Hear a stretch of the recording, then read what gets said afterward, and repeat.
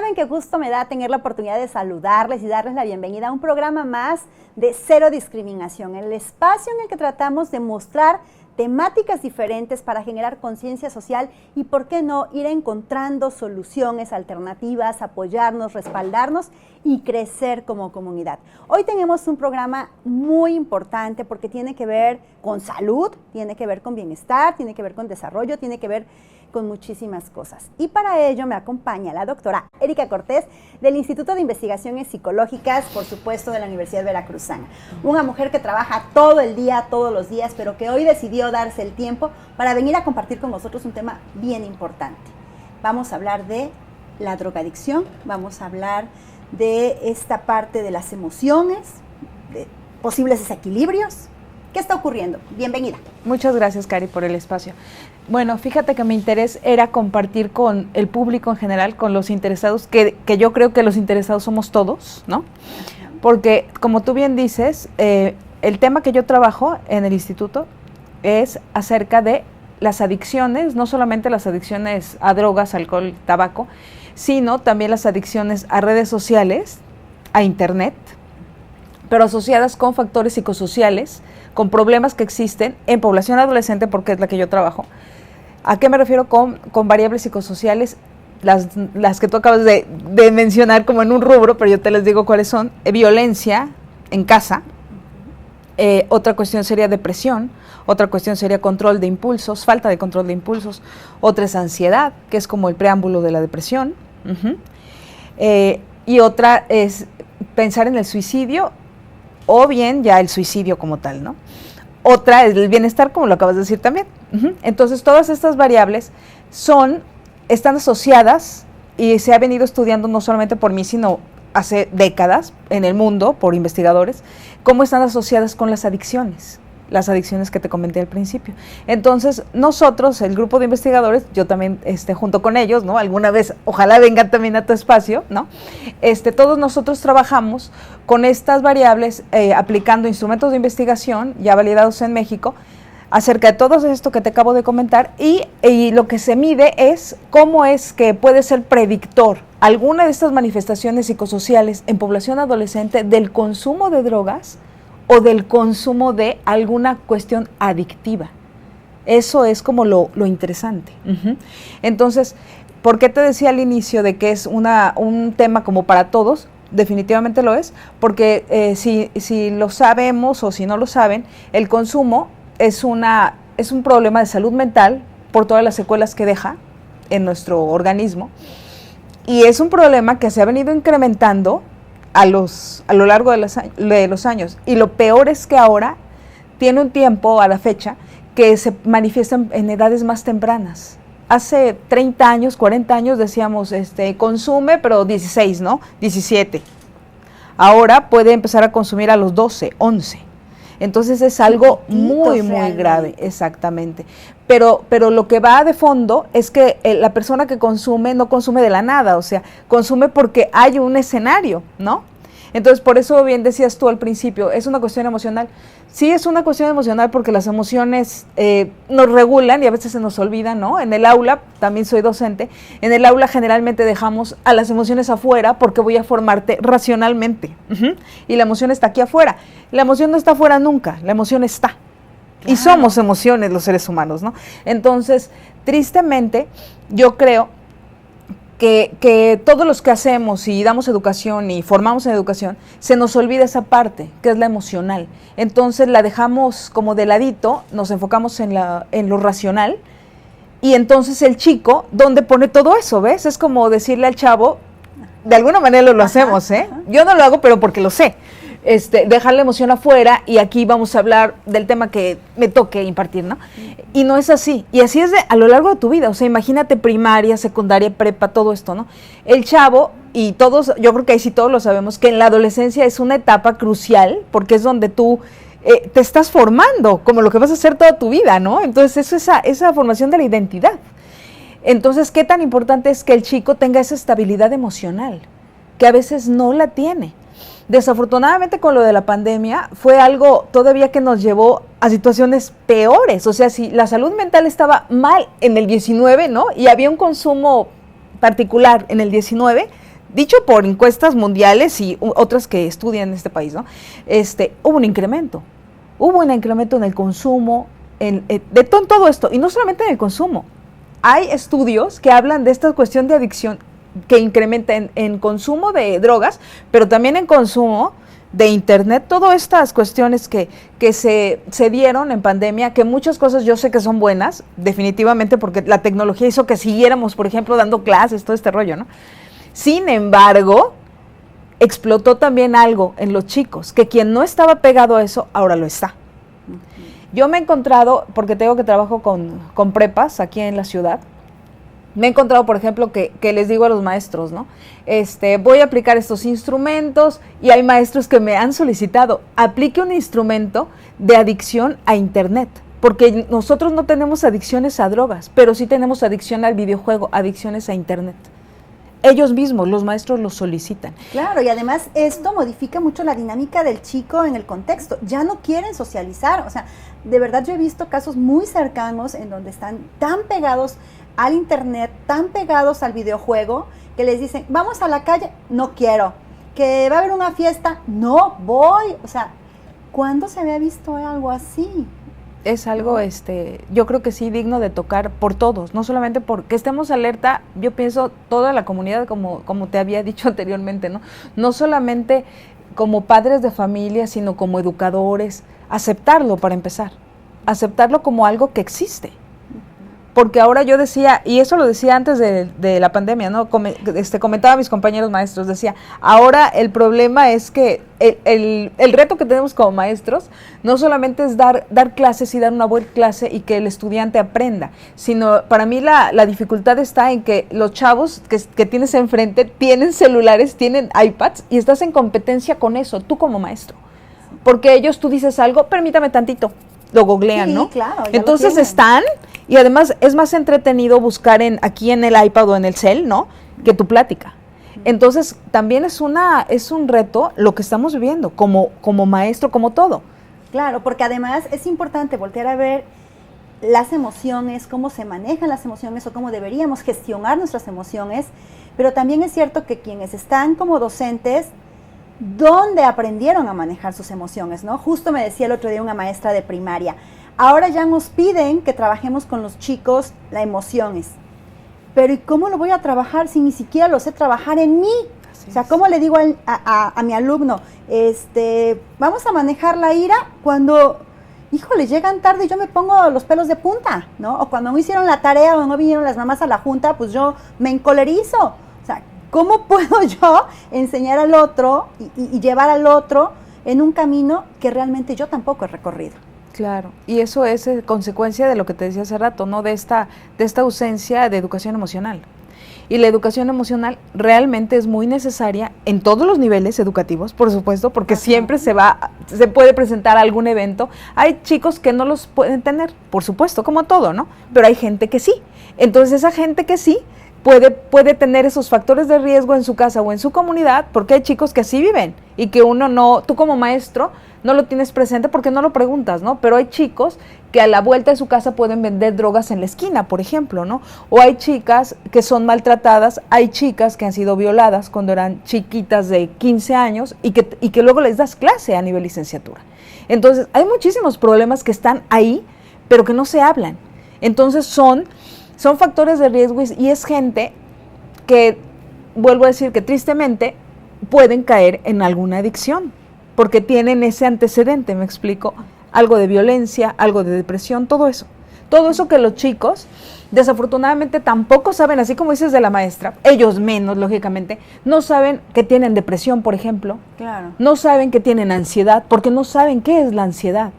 No lo saben. O igual se va normalizando, ¿no? ¿Cuántas veces escuchamos, estoy estresada, y se dice tan fácil, como si fuera parte de nuestra naturaleza humana estar estresados, cuando no debería de ser así. Nuestro estado debería de ser de tranquilidad, de bienestar. De paz.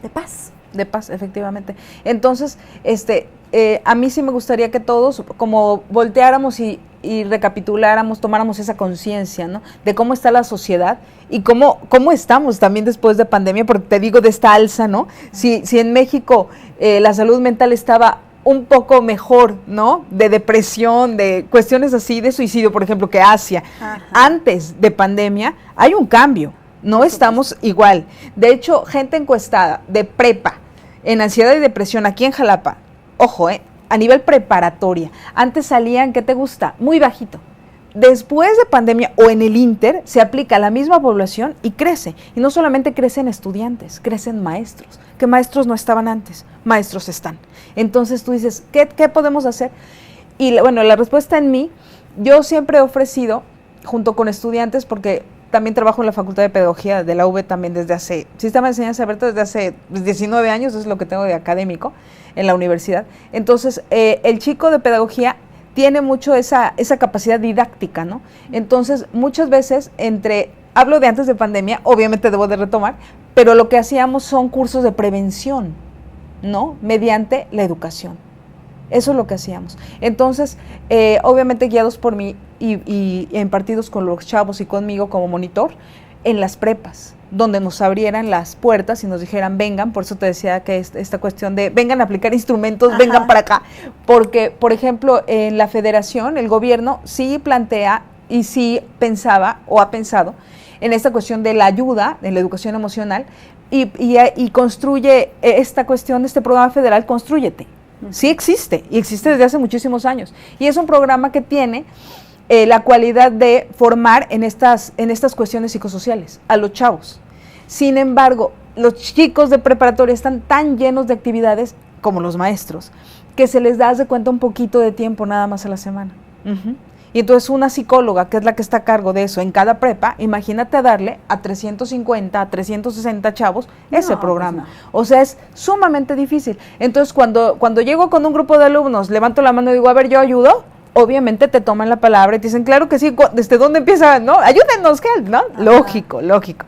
Entonces, porque los maestros, fíjate que sí me he encontrado con eso y me agrada y qué bueno, sí con la preocupación de que saben qué clase de chicos están ahí metidos, sus chicos. Claro. Y siempre me han pedido ayuda, por ejemplo, sobre todo en la primera generación, cuando dicen, ahorita van a entrar los de primero, venga usted a diagnosticar y venga usted a intervenir, para ver el desarrollo de estos chavos y también para saber quién llega a la escuela. Para ellos es muy importante. Entonces, en ese sentido sí es bonito, ¿no? Veo la preocupación. Igual en la UB, por ejemplo, Reviva y Percíbete, pues es un grupo de investigadores grande que desde hace años también diagnostican cómo está el consumo en la Universidad Veracruzana, no solamente en Jalapa, en la UB, y hay publicaciones al respecto. O sea, sí toman cartas en el asunto, ¿no? Pero pienso que nos quedamos cortos porque todos debemos de hacerlo, todos absolutamente, ¿no?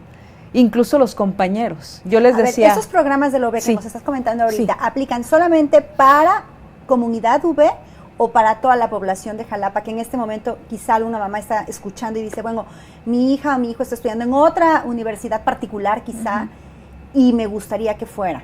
¿Puede? ¿Están abiertos estos programas para ellos? Sí, estamos abiertos. Lo que pasa es que la propia UB surge así, como te decía, en un grupo de investigadores ni siquiera del Instituto de Psicológica, sino de distintos institutos, y ya tiene años esta cuestión de Percíbete. Pero sí, con esa actitud de ayuda y de conocimiento, ¿no? De diagnóstico, sobre todo, de saber qué pasa aquí y tomar cartas en el asunto, por supuesto.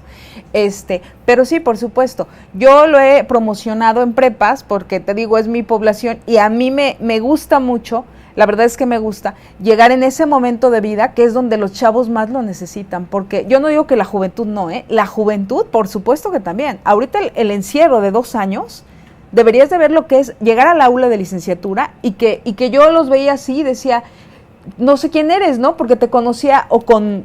cubrebocas. Claro, o te conocía los ojos, o te conocía por Zoom, entonces todos decían, mucho gusto, y estaban contentos. Era una cosa que yo decía, qué alegres están, me encantó verlos, ¿no?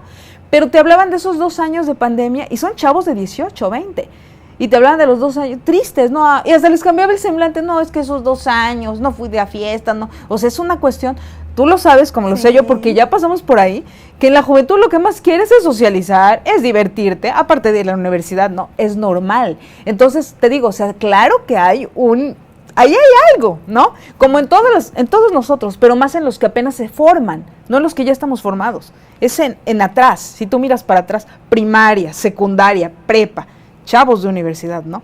Entonces, por supuesto que sí estamos abiertos nosotros de hecho lo he querido promocionar y he ido a otros espacios, he ido a la Náhuac también acá en Jalapa, con esta intención de diagnosticar y ayudar posteriormente, ¿no? Porque no solamente es el diagnóstico claro que te sirve, pero es el que hacer, ¿no? Como sí. el decir cuánto COVID hay, bueno, por eso se crea la vacuna, no nada más para saber, estamos enfermos todos de COVID, no, pues hay que hacer algo al respecto. Sí, en este sentido el diagnóstico es clave porque ya sabes qué se está presentando y a partir de ahí, cómo podemos nosotros de una o de otra forma atender esta situación. Cuando no sabes qué está pasando, ¿cómo lo puedes atender?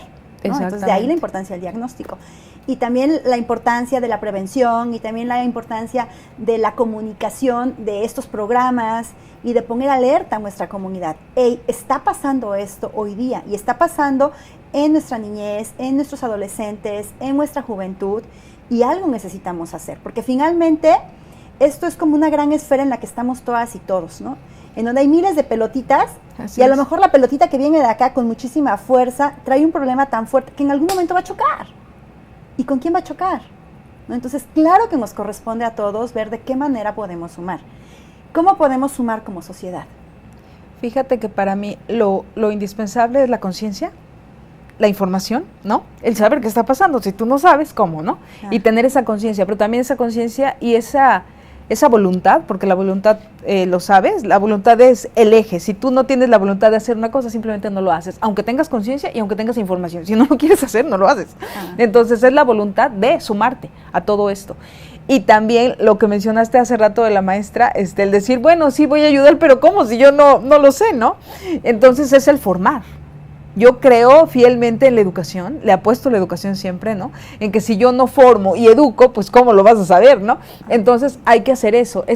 Para mí es indispensable, porque esos cursos que te comento de prevención, es definitivamente esa formación en cuestiones emocionales, en control emocional y en habilidades de afrontamiento, para que el chico cuando tenga algún problema sepa para dónde, ¿no? Yo, por ejemplo, les digo a mis chavos de la facultad, a ver, chavos, cuando vayamos a estos cursos deben de llevar los contactos, porque chicos de 15 años se te van a acercar, te van a decir, a ver, en mi casa hay esta violencia, ¿dónde puedo acudir? ¿Qué puedo hacer? Los valientes que se atreven. Ajá. Hay gente que tristemente así se queda, no lo comunica, ¿no?